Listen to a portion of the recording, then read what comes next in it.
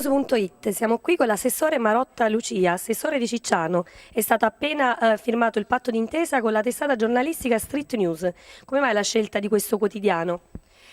Perché come dicevamo già durante il convegno, la conferenza, praticamente sono tutti giovani, sono motivati e come dicevo io la pubblicità è l'anima del commercio e forse a Cicciano organizziamo tantissime iniziative a livello culturale, grazie anche alla collaborazione non solo della Proloco ma di tutte le associazioni presenti sul territorio e per questo forse pecchiamo solo in pochino nella pubblicità e grazie quindi speriamo con la redazione di Street News tutta giovanile e motivata, forse riusciremo ad avere una maggiore pubblicità di tutti gli eventi che organizziamo.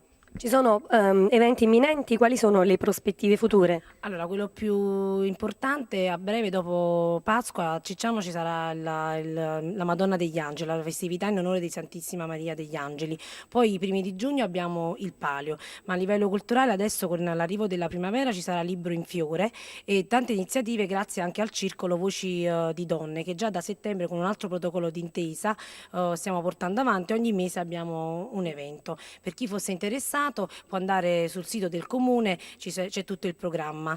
E poi comunque volta a volta grazie anche a altre associazioni come Marathons, come Uni3, ci sono tantissime altre che non me ne vogliano che io dimentico in questo momento, che si organizza, Cicciano si organizza tanto, ci sono tanti altri protocolli d'intesa che abbiamo fatto in questi giorni, non solo con la Proloco e Street News ma anche con l'Istituto Comprensivo, con il Liceo Enrico Medi e con il Comitato Genitori di Cicciano. Quindi ripeto, Cicciano è un territorio che ha tantissime associazioni che lavorano per il territorio e a favore del territorio e soprattutto per i giovani e per i cittadini. Quindi per questo che ben venga anche quest'altro protocollo perché così tutte le nostre manifestazioni non vengano conosciute solo a livello diciamo locale, quindi solo di Cicciano, ma a livello tutto dell'agro nolano e non solo. Quindi grazie.